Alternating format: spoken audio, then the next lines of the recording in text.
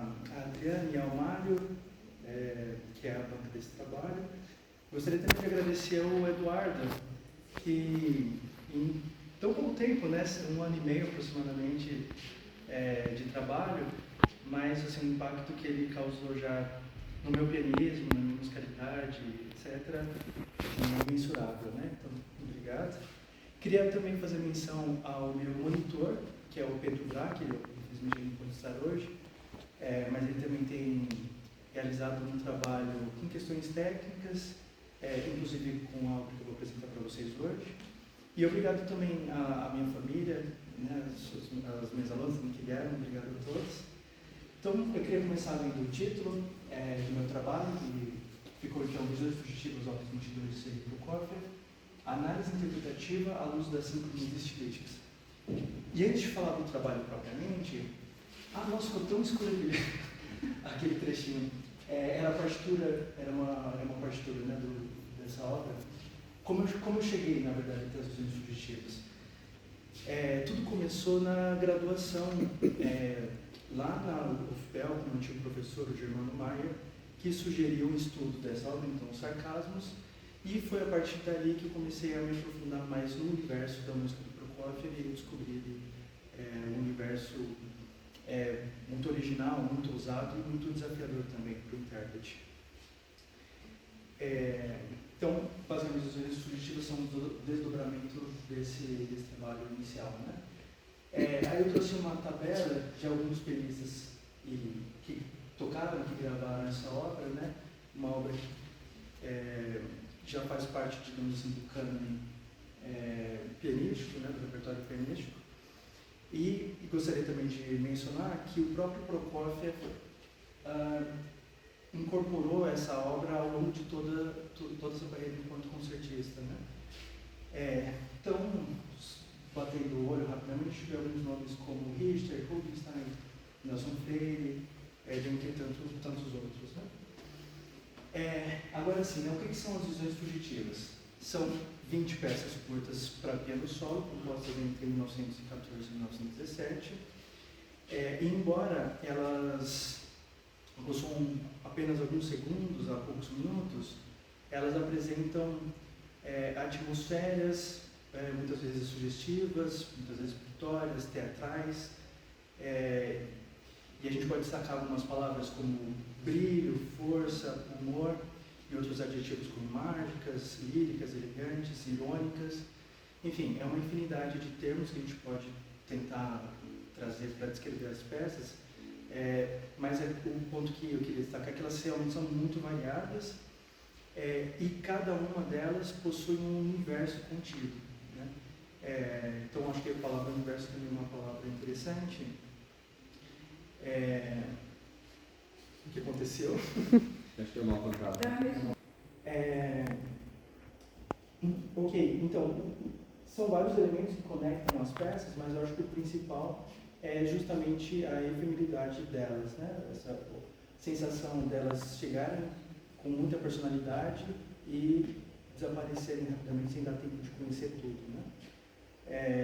E aí, obviamente, então, isso tem muito a ver com o próprio título da obra, né? Visões Fugitivas, que vem de um poema desse simbolista, o poeta Bauman, né? Constantin Bauman. E a ideia, na verdade, veio por sugestão de uma amiga do Prokofiev, com a tradução de uma palavra que não tem tradução, né? Originalmente, ela pode significar transiências ou passageiras, alguma coisa assim. E apesar desse título original, que ficou do francês, né, Visões Fugitivas, apesar disso, no círculo íntimo do Prokofiev, a gente sabe através dos diários dele que ele dedicou essas peças a amigos, e nesse círculo íntimo ele chamava as peças carinhosamente de pups, né, de cachorrinhos, de filhotinhos, né? Então, uma leitura rápida do poema. Não conheço a sabedoria, deixo isso para outros. Apenas transformo visões fugazes em versos. Em cada visão fugaz, vejo mundos, repletos do jogo mutável dos arco-íris. Não me amaldiçoem, sábios. O que vocês são para mim? O fato é que eu sou apenas uma pequena nuvem, cheia de fogo. O fato é que sou apenas uma pequena nuvem. Vejam, estou flutuando. Invoco os sonhadores, vocês não invocam.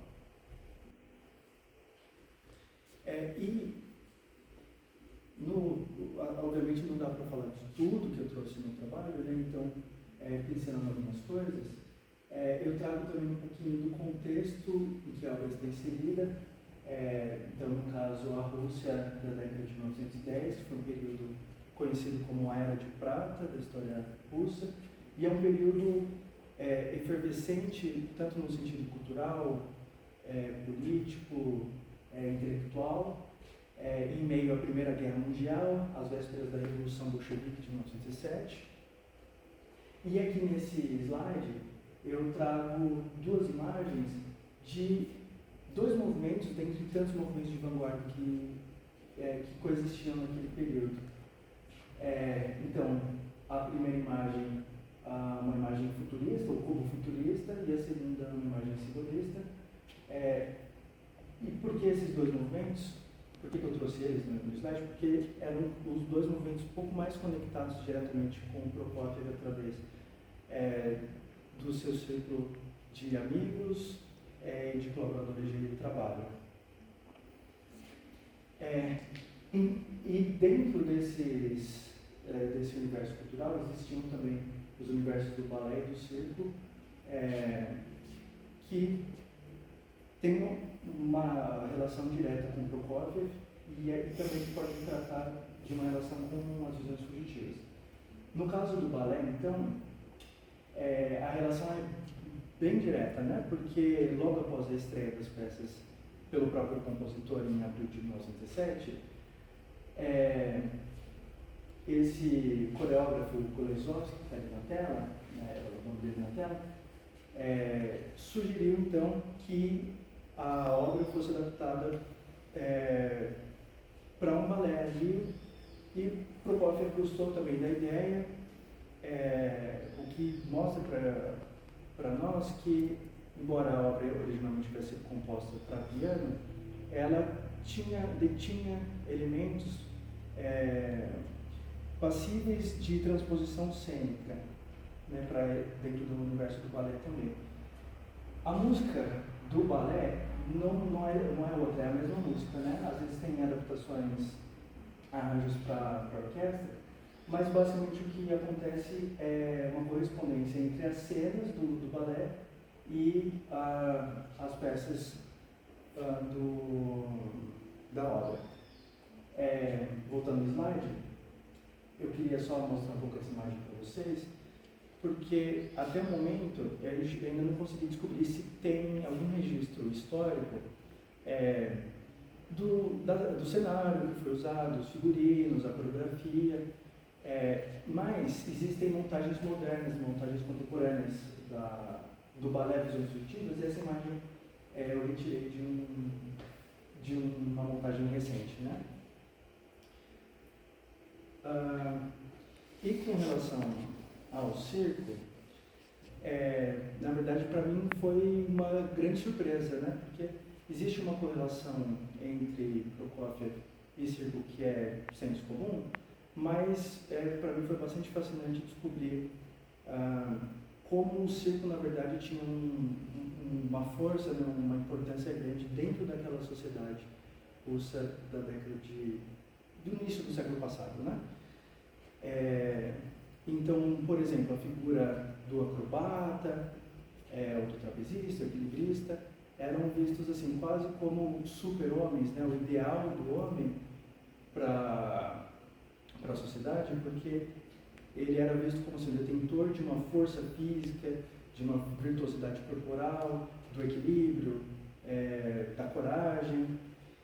E isso aparece nos discursos de alguns dos colegas do Prokofiev, como o Mayakovsky, né, esse do chapéu de baixo, o Meyerhold, que ele foi um teatrólogo, também ligado ao Prokofiev, o Diaghilev, enfim, vários nomes que a gente poderia citar, e tem uma relação direta com o circo, e também tiveram uma relação direta com o Prokofiev.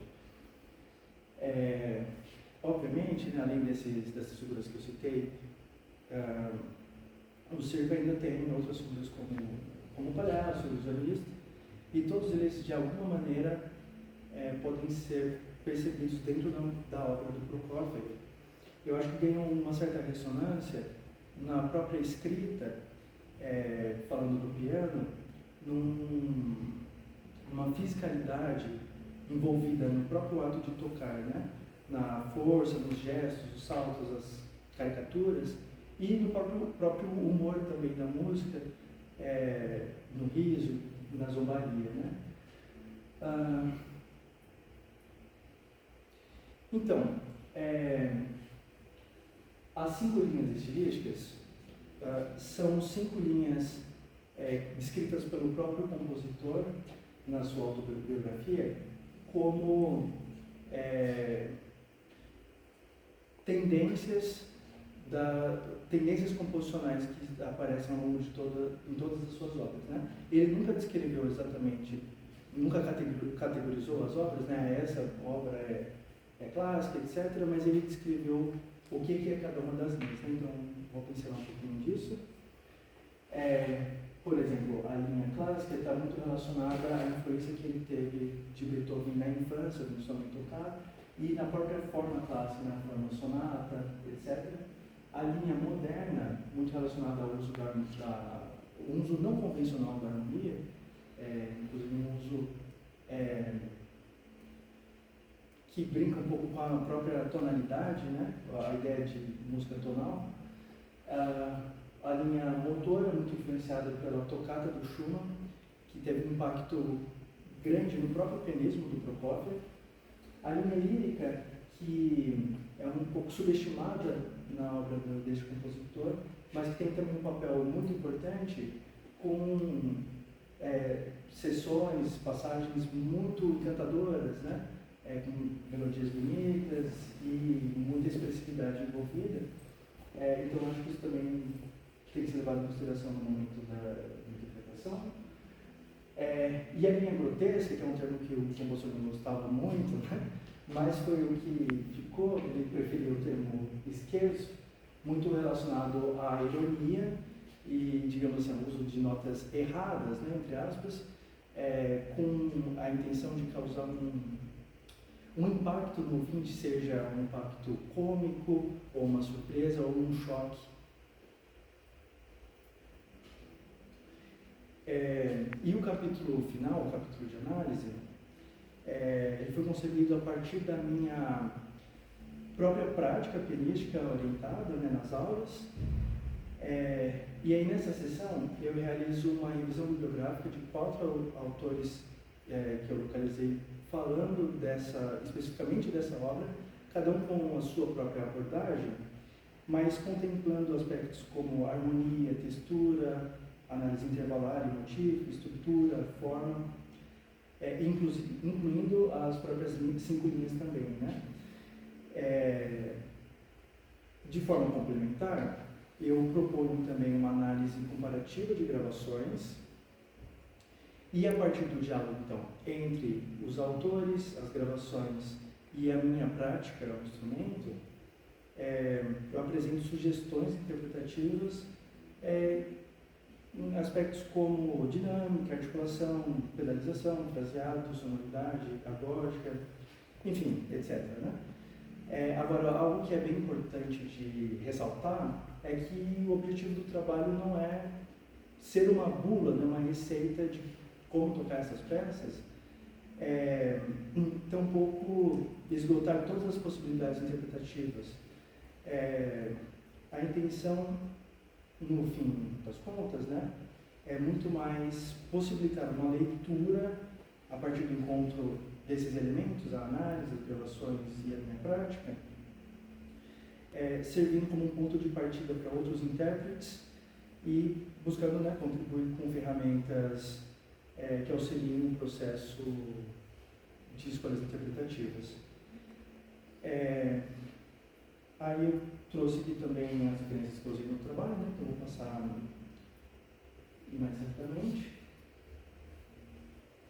E gostaria então de convidá-los a escutar as visões definitivas. Muito obrigado a todos.